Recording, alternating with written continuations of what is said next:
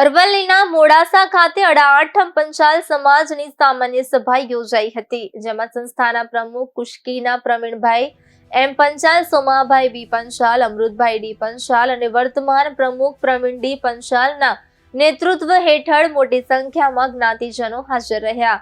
કાર્યક્રમમાં સૌપ્રથમ વિશ્વકર્મા દાદાની આરતી અધ્યક્ષના હસ્તે કરવામાં આવી. કાર્યક્રમ એજન્ડા મુજબ નટવરલાલ આર પંચાલ અને મંત્રી ભરતભાઈ એસ પંચાલ દ્વારા ચલાવવામાં આવ્યો. સમૂહ લગ્નના આવક જાવકના હિસાબો મંત્રી ભરતભાઈએ રજૂ કર્યા અને સર્વાનુમતે મંજૂર થયા.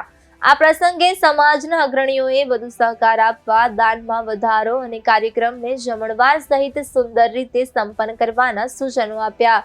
નવા ગામના પૂજાભાઈ સોમાભાઈ પંચાલે 1,51,000 રૂપિયાનો રોકડા દાન આપી સહકાર દર્શાવ્યો, જ્યારે રામાભાઈ એસ પંચાલે પોતાના ધર્મપત્નીના અવસાન પ્રસંગે 2,51,000 રૂપિયાનો ચેક અર્પણ કર્યો. અધ્યક્ષ પ્રવીણભાઈ પંચાલે સમૂહ લગ્ન શાંતિપૂર્ણ રીતે પૂર્ણ થાય તે માટે સહકારની અપેક્ષા વ્યક્ત કરી. કારોબારી અને સભ્યોની નવી વરણી પણ સર્વાનુમતે કરવામાં આવી.